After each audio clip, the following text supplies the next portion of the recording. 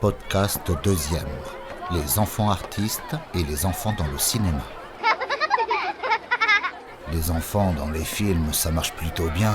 Il y a un réal de film de genre, de ma connaissance, vraiment très bon le gars, à qui l'on a conseillé de foutre des gamines dans son film car ça attirait le client, le spectateur. Le cinéma c'est un spectacle, un business. Je me répète, mets-le-toi bien dans la tête.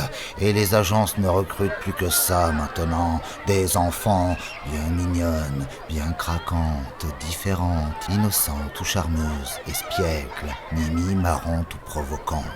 Mais non, je ne vais pas te parler de mignonne, je ne l'ai pas encore vue. Juste les extraits polémiques, les gros plans sur des petits culs tout juste pubères lors d'une compétition de danse ou de l'entrejambe. Mais pas qu'en compétition, sur des scènes qui paraissent pourtant au premier plan bien innocentes. J'avais passé pour ce film un casting pour un petit rôle. Je devais être séduit par une môme qui twerkait devant moi, agent de sécu d'un jeu auquel elle et ses copines étaient entrées sans payer. C'est un pote qui a obtenu le rôle. Film gauchiste, film français, probablement subventionné, je ne sais. Il ne passe que dans un seul ciné. Et le film est peut-être bien fait. Qui sait? La réalisatrice n'est théoriquement d'aucun soupçon. Elle est elle-même son propre alibi. Jeune femme black, probablement lesbienne. A-t-on oublié les premières alliances du mouvement de libération homosexuelle, de cette pétition rédigée par Matzneff et signée par le poète Aragon, Simone de Beauvoir, qui séduisait ses jeunes élèves, s'amusait avec, puis offrait leur virginité avec perversité à Sartre, amateur de jeunes filles vierges, et également signataire de la pétition. Plusieurs autres personnalités l'ont signé cette pétition, Glucksmann, Kouchner, Jacques Lang, Solers. Brooke Shields, tu te souviens de Brooke Shields? Louis Malle s'est fait plaisir à la dénuder. Il y a même une série de photos d'elle à poil, enfin des poils, non pas encore, posant dans la baignoire, maquillée, tirée d'une séquence du film La Petite, film qui l'a révélé, le rôle d'une très jeune prostituée. Il passe régulièrement sur Arte. Quel âge qu'elle avait? Ah ouais, 12 ans.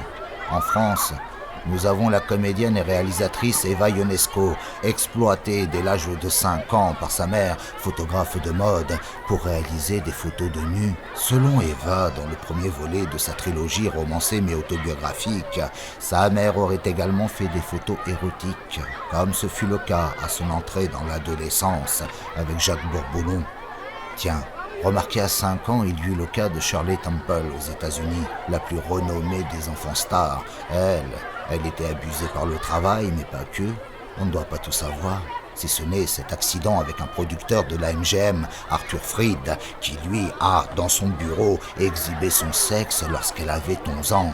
Enfants stars, pauvres enfants stars, les petits acteurs des Goonies, violés à Hollywood, l'un suicidé, l'autre condamné au silence, qualifié de fou. Certains ont eu des destins malheureux, des destins, même si rien ne le dit, d'enfants violés. Arnold et Willy, célèbre série. Arnold, ruiné par ses parents, devient gardien de parking et mourra Quadra à sa deuxième tentative de suicide. Willy et Virginia tombent dans la drogue. Virginia fait une overdose à 14 ans, puis tombe enceinte à 20 ans et se fait virer de la série. La suite n'est plus que déchéance, série B, films érotiques, alcool, drogue, prison.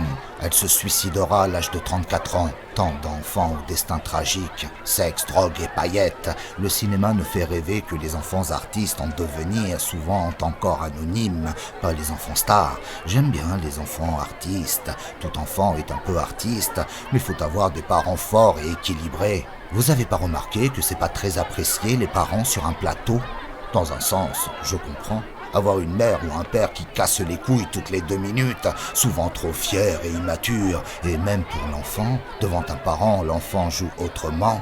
Mais l'enfant, malgré l'encadrement, peut être en danger. Le parent doit vivre avec ça. Il y a tant de tarés dans ce métier et certains sont bien réputés. Concours de minimis, poses sexy dans les magazines, regards troublants, vêtements courts. La pub séduit pour vendre. Et si la pub vend par les charmes de l'enfance, c'est que la clientèle est là. Vendre un produit, un vêtement, un parfum, un film, une carrière, une opportunité. Quel en est le prix dans les coulisses du métier ? Pourquoi les petites chanteuses et comédiennes aux roses bonbons de chez Disney finissent-elles si provocantes? Oh, il y a la jeunesse et les hormones qui chamboulent tout, vous me direz. Mais un enfant confronté au monde adulte, à leurs vices, alcool, sexe, drogue, un enfant qui connaît le succès et l'adulation, à qui l'on apprend à plaire, à charmer, on en voit parfois le résultat. Michael Jackson, Björk, leur rêve s'accompagne souvent de cauchemars. Enfant artiste, je t'aime. Tu es beau, tu es gracieux, talentueux, tu fais des choses époustouflantes. C'est qu'un film, dit-on, une fiction, mais tu le fais. On ne choisit que les enfants qui expriment les choses avec justesse. Un acteur qui exprime si bien certaines choses les vit, durant un instant seulement, mais il les vit, tout autant que toi, enfant splendide, artiste épatant. Quel plaisir, mais quel traumatisme, quel rêve, mon petit, se réalise. Quelle chance, ma petite, pour ton avenir. Personne n'est vraiment certain du futur, la vie est dure.